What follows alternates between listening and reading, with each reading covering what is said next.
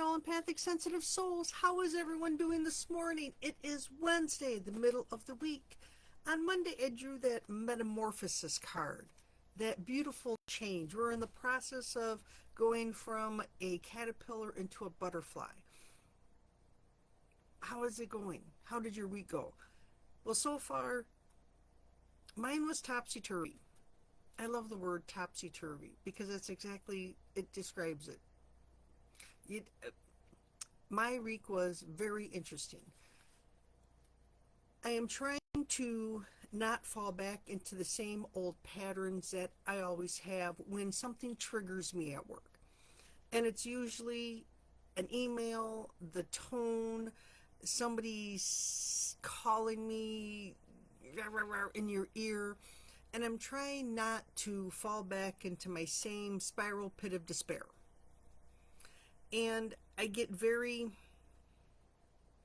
angry because, gosh darn it all, why do people have to stir the pot just to get everybody going? And it works every time. And I try to pull myself out of it, and they keep grasping and dragging me back in. And it is so frustrating, and then I get angry. And then I get the finger pointed at and blamed because I don't want to be part of the storm. I don't. And what should have been a simple question directed to the supervisor was directed to a group of people, and it turned into a rolling boil of nasty gunk in a pot. It was not a very nice day. So this is part of going through the change. This is part of how do I ride this wave of change I'm in while riding the wave of the gunk that is stirred up at work. And I have to give myself leeway to have a reaction because people do. You do have a reaction. I just choose not to stay in that anger and that frustration for days on end. By last night, I had to rake my leaves because they're coming down in a flurry. And I need to get them before we get true flurries. And I was working my way through it. Now, a lot of times when I do that, it's amazing what I can accomplish raking leaves because it's like, wow, I did quite a big space, but I'm mulling things over in my mind. And by this morning, it's like, whatever, I've got bigger fish to fry and better ideas to work on. So how long do you stay in that stew? How long do you let your brain soak in that negative energy, soak in that anger? I have to put a stop to it because otherwise I get so frustrated and angry at work. It's not healthy. So I have to work on letting it go. Now, years ago, before I started working on myself, it'd be months I'd be stuck in that gunk because I would relive and rehash it over and over and over and over again. And I would talk about it, trying in my brain to figure out why do people do this? And I have to use the Mel Robbins theory of let them. And I have to use her next theory of let me rise above it. Let me not take on that gunk. Say, whatever, everybody knows what's done is done. There's not a darn thing I can do about it. I just have to try to live my best life. I have to try to be halfway happy while I'm at work. Because again, I'm stuck in a nasty pot of stew. So how do we do this? I always tell myself that I'm safe. And I will even tap on myself. I am safe, I am safe, I am safe, I am safe. And I say it out loud to myself, especially as I'm driving to work. I am more than good enough. I've got this. I can do this. Whatever positive affirmations that I have. And it helps settle me into me.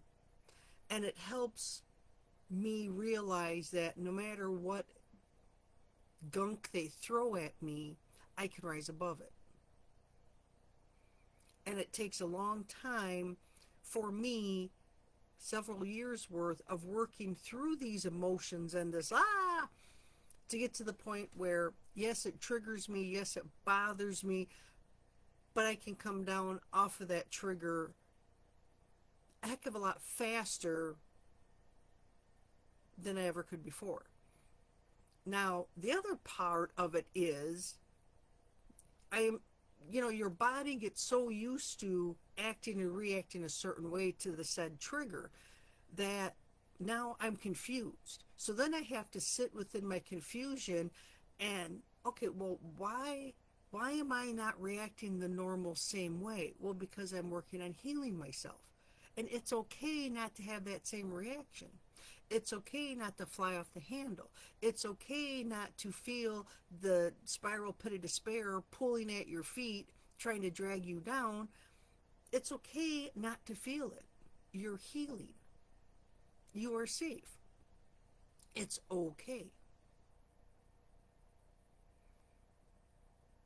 And then you can start rising above it.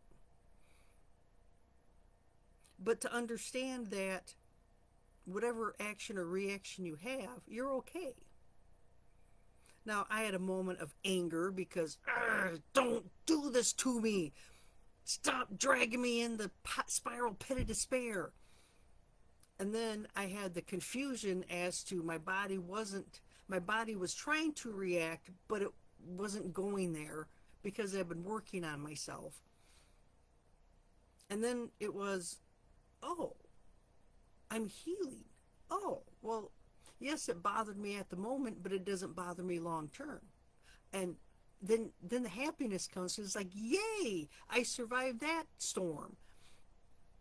So the metamorphosis, getting through it, and it's hard. You're in the process of deep and beautiful change. It is so hard to go through that, and a lot of people want to give up, especially when they keep throwing the gunk at you day after day after day after day, multiple times a day, and it's like, how much? Push it beneath you and rise above it. Stand on it. Build your mountain. And it's easier said than done. Oh, this I know.